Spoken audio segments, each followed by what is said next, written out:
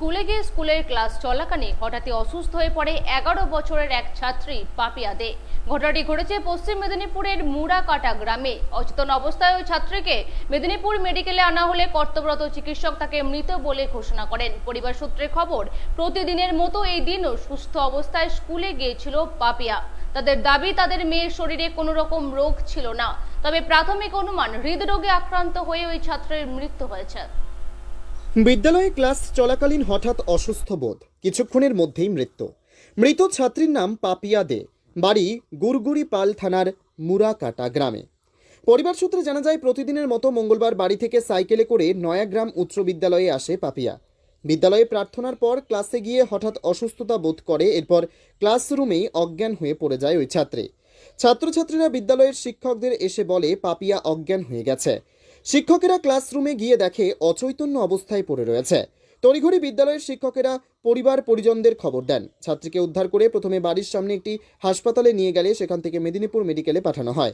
মেদিনীপুর মেডিকেলে আনা হলে চিকিৎসকেরা মৃত বলে ঘোষণা করে ওই ছাত্রীকে। পরিবার সূত্রে জানা যায়, ওই ছাত্রীর কোনো রকম রোগ ছিল না, তবে প্রাথমিকভাবে জানা যাচ্ছে হৃদরোগে আক্রান্ত হয়ে মৃত্যু হয়েছে ষষ্ঠ শ্রেণীর ওই ছাত্রীর। ছোট বয়সে কিভাবে হৃদরোগে আক্রান্ত হতে পারে সেই নিয়ে সংশয় তৈরি হয়েছে। সকালবেলা স্কুল গেছে, সাইকেলে করেই গেছে, ভালো কিছু নাই। তখন স্কুলে প্রার্থনা হওয়ার সময়, প্রার্থনা হবে সে সময় সবাই যায়, প্রার্থনার লাইনে দাঁড়িয়েছে।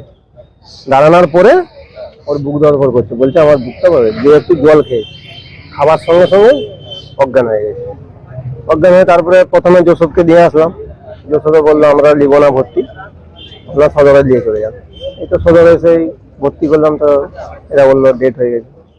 কি মনে হচ্ছে, কি অসুস্থ ছিল আগে? কোনো অসুস্থ ছিল না, কিচ্ছু নেই না এখানে, কোনো অসুস্থ নেই না, ছোট থেকে কোনো ডাক্তারই নেই।